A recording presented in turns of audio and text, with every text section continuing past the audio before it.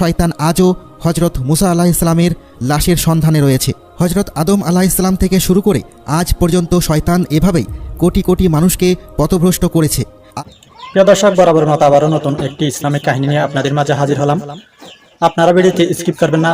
আপনারা আল্লাহ এলাকাটাকে যদি ভালোবাসে থাকেন তাহলে ভিডিওটিতে একটি লাইক করে চ্যানেলটি সাবস্ক্রাইব করে দিন। দর্শক, আজকের ভিডিওর টাইটেলটি হলো কেন শয়তান আজও মুসা নবীর কবর খুঁজে বেড়াচ্ছেন।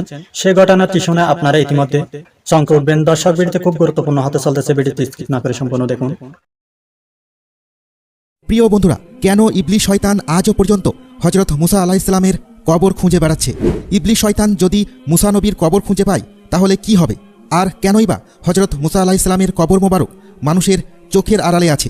খুবই তথ্যবহুল টপিক নিয়ে হাজির হয়েছি, তাই ভিডিওটি শেষ পর্যন্ত দেখতে থাকুন। আসসালামু আলাইকুম প্রিয় বন্ধুরা, আশা করি আপনারা সকলেই ভালো আছেন। প্রিয় বন্ধুরা, ইসলামের ইতিহাসে হজরত মুসা আলাইহিসসালাম সকল নবী রাসূলদের মধ্যে একজন বিশিষ্ট নবী এবং আল্লাহর মনোনীত একজন বিশেষ পয়গম্বর ছিলেন। হজরত মুসা আলাইহিসসালামের মহত্বের কথা কুরআন মাজিদে সবচেয়ে বেশিবার উল্লেখ করা হয়েছে। কুরআন মাজিদের 30 পারার মধ্যে 28 পারাতেই মুসা আলাইহিসসালামের কথা বলা হয়েছে। 36টি সূরায় তার নাম 120 বার এসেছে। নবী রাসূলদের মধ্যে হজরত মুসা আলাইহিসসালামকে সবচেয়ে বেশি সংখ্যক মোজেজা আল্লাহ তাআলা দিয়েছিলেন। কুরআনে হজরত মুসা আলাইহিসসালামের ফজিলতপূর্ণ জীবন এবং তার ইসলাম প্রচারে অবদান অনেক শ্রদ্ধার সাথে বর্ণনা করা হয়েছে। কিন্তু খ্রিস্টানদের ধর্মীয় কিতাব বাইবেলে কিছু আয়াতে হজরত মুসা আলাইহিসসালামের ব্যাপারে একেবারে ভিন্ন কথা উল্লেখ করা হয়েছে। বাইবেলে হজরত ঈসা আলাইহিসসালামের উম্মতের সামনে অন্যান্য সব নবীর উম্মতদেরকে কম নিয়ামতপ্রাপ্ত বলে আখ্যায়িত করা হয়েছে। বাইবেলে ভাগ্য নির্ধারণ সম্পর্কিত আয়াতে এই কথা উল্লেখ আছে যে হজরত মুসা আলাইহিসসালাম তার উম্মতদেরকে মিশর থেকে বের করে অনেক বড় ভুল করেছিলেন, যে অপরাধের কারণে আল্লাহ তাআলা তাকে শাস্তি দিয়েছিলেন। বাইবেল অনুযায়ী আল্লাহ তাআলা হজরত মুসা আলাইহিসসালামকে ওই জায়গা দেখিয়েছিলেন যে জায়গা তার পূর্বের নবী রাসূলদেরও জায়গা ছিল, যেখানে তাদের উম্মতেরা বিস্তৃত ছিল। আল্লাহ তাআলা হজরত মুসা আলাইহিসসালামকে ওই স্থান দূর থেকে দেখিয়েছিলেন এবং তাকে কখনো সেই স্থানে যেতে নিষেধ করেছিলেন।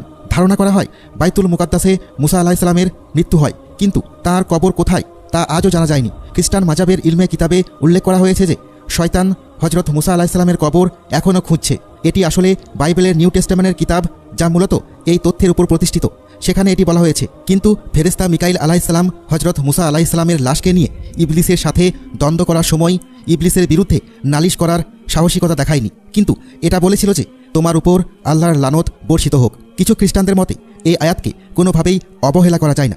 অত্যন্ত গুরুত্ব সহকারে এই আয়াতটি পর্যবেক্ষণ করা উচিত, কারণ এই আয়াতেই আল্লাহ তাআলা এবং ইবলিসের মধ্যে হজরত মুসা আলাইহিসসালামের কবরের অবস্থান নিয়ে এক বিস্ময়কর লড়াইয়ের দৃষ্টান্ত বর্ণনা করা হয়েছে। আর একদলের ভাবনা হচ্ছে এইরকম যে ইবলিস হজরত মুসা আলাইহিসসালামের কবর এই জন্য তালাশ করছিল যাতে করে সে তার দেহ মোবারককে কবর থেকে উঠিয়ে তার লাশের সম্ভ্রম ছিনিয়ে নিয়ে বেইজ্জতি করতে পারে। খ্রিস্টানরা এটাও মনে করে যে মুসা আলাইহিসসালাম অনেক বড় একটি পাপ করেছিলেন, আর তা হচ্ছে তিনি বনি ইসরাইলদের উন্নত জীবনযাপন এবং উত্তম প্রতিদানের আশা দেখিয়ে নিজের লাভের জন্য বনি ইসরাইল কমকে সেখান থেকে বের করে নিয়ে এসেছিলেন।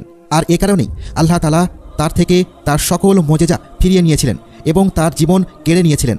আর এটাও বিশ্বাস করে যে আল্লাহ তাআলা হজরত মুসা আলাইহিসসালামের কবরকে গোপন করে রেখেছেন, যাতে শয়তান কখনও তার কবরকে খুঁজে না পায় এবং সেখান থেকে তার লাশ উঠিয়ে বনি ইসরাইল কমকে মিথ্যা কথা বলে আবার পথভ্রষ্ট না করতে পারে। আর এ কারণেই শয়তান আজও হজরত মুসা আলাইহিসসালামের লাশের সন্ধানে রয়েছে। হজরত আদম আলাইহিসসালাম থেকে শুরু করে আজ পর্যন্ত শয়তান এভাবেই কোটি কোটি মানুষকে পথভ্রষ্ট করেছে।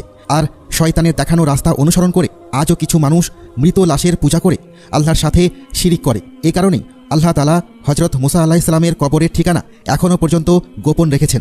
ইসলামের ইতিহাসে কোথাও হজরত মুসা আলাইহিসসালামের রওজা মোবারকের সঠিক অবস্থানের ঠিকানা এখনও পাওয়া যায় না, কিন্তু কিছু কিছু কিতাব ও আয়াত রয়েছে যেখান থেকে মুসা আলাইহিসসালামের কবরের ধারণা পাওয়া যায়।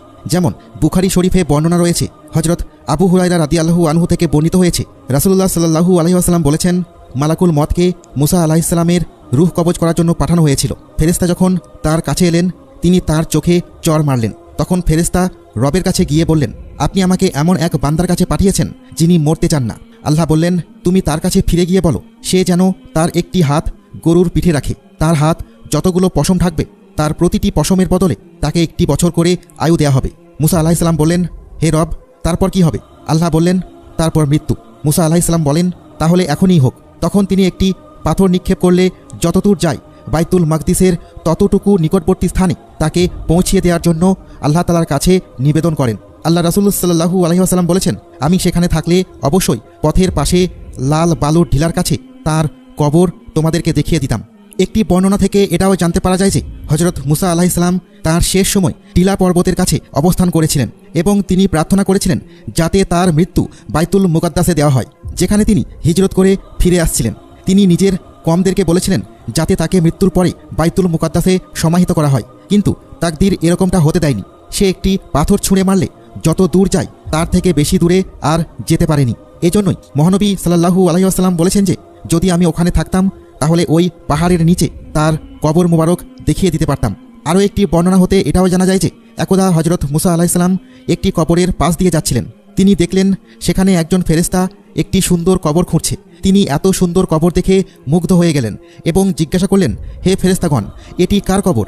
তখন ফেরেশতারা বলল, এটি আল্লাহর একজন নেক বান্দার কবর। তুমি যদি চাও এই কবরটি তোমার হোক তাহলে তুমি এখানে শুয়ে পড়ো।